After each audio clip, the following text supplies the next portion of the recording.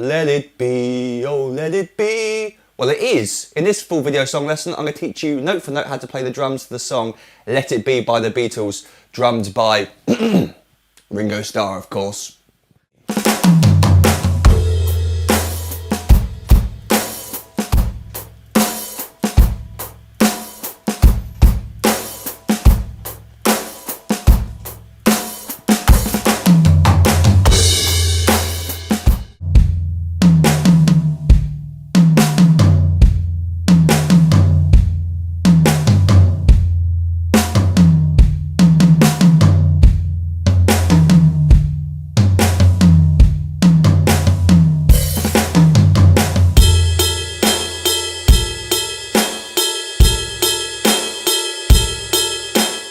Starting on the and beat 3, we play 6 notes, right, left, left, right.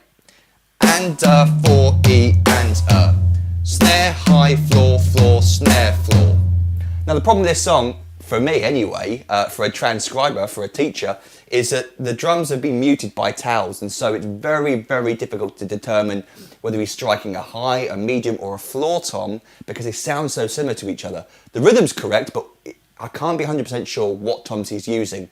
But if you watch the video of them playing live in the studio, where Yoko Ono is looking rather pointless on the floor doing nothing next to John, there's one scene in the entire video where you see Ringo, typical, biased against drummers, only one scene, and you see Ringo play a drum fill, and he kind of plays his right hand on the floor tom multiple notes with his right hand. So that kind of made sense to me that he'd play it this way for this part as well, because he's playing multiple hand notes with his right hand anyway, so this drum fill kind of makes sense when you do that, especially when you come back to that snare drum note on the and 4. So again, it's and 4, E, and 4, E, and If you come up with a different sticking, of course you can use that instead. The other thing the other thing that he probably does, but I don't think he does, but it's a possibility, is that last floor tom note is played on the bass drum. Not every time he plays his signature fill.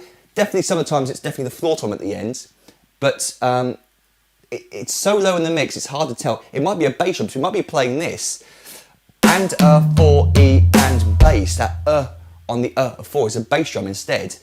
So what he does is something really cool and subtle. He opens the hi-hat ever so slightly on beats 2 and 4 when he strikes a snare drum at the same time. It kind of gets this effect. Very hard to replicate here on electric kit, but I'll do my best.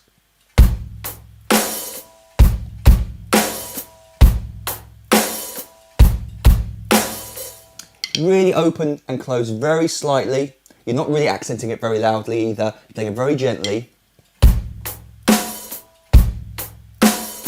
Reminds me of the way Roger Taylor from Queen plays, where he does that signature thing as well. He's like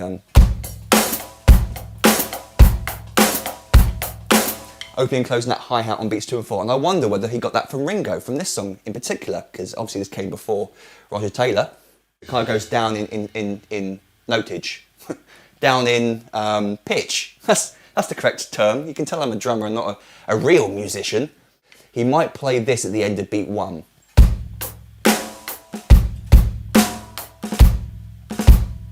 Or buzz. Very, very hard to hear. You can of course use your own imaginations and have fun with it. You can ghost it, double it, drag it, buzz it. So then we move on to verse 4 and we get this overdub tom-tom part of the song. I guess you could kind of call it like Ringo's little drum solo. It's certainly random and improvised enough to make it sound like a drum solo. It's not a fixed pattern he's playing every time. So quite interesting, quite tricky, but what he did in the studio is he laid down a basic drum beat, this, 1 and 2 and 3 and 4 and 1 and 2 and 3 and 4 and then in a later take over-recorded the tom-tom parts to create like a layered effect. What we got is we've got 8 bars and each bar is very, very different to each other. Great, nice one Ringo, nice and random for us to learn. 2 E and 3 E and 4 E and. I like that, it sort of catches you off guard when you've been hearing da da da da da da da da da da da da da da and a 4 E and. It comes in 1/16th note earlier than the previous parts, so it kind of grabs your attention a little bit. Nice little idea. it's very hard to replicate Ringo's feel. So I'm not doing a very good job, I'm sure, but you might do a better job where you can sort of just hear the song a lot of times and replicate that feel that he puts into it. You want to play more, but Ringo doesn't. So that's a sign of a real master, being able to, knowing when to hold back and to not overplay, because he could have played more than that.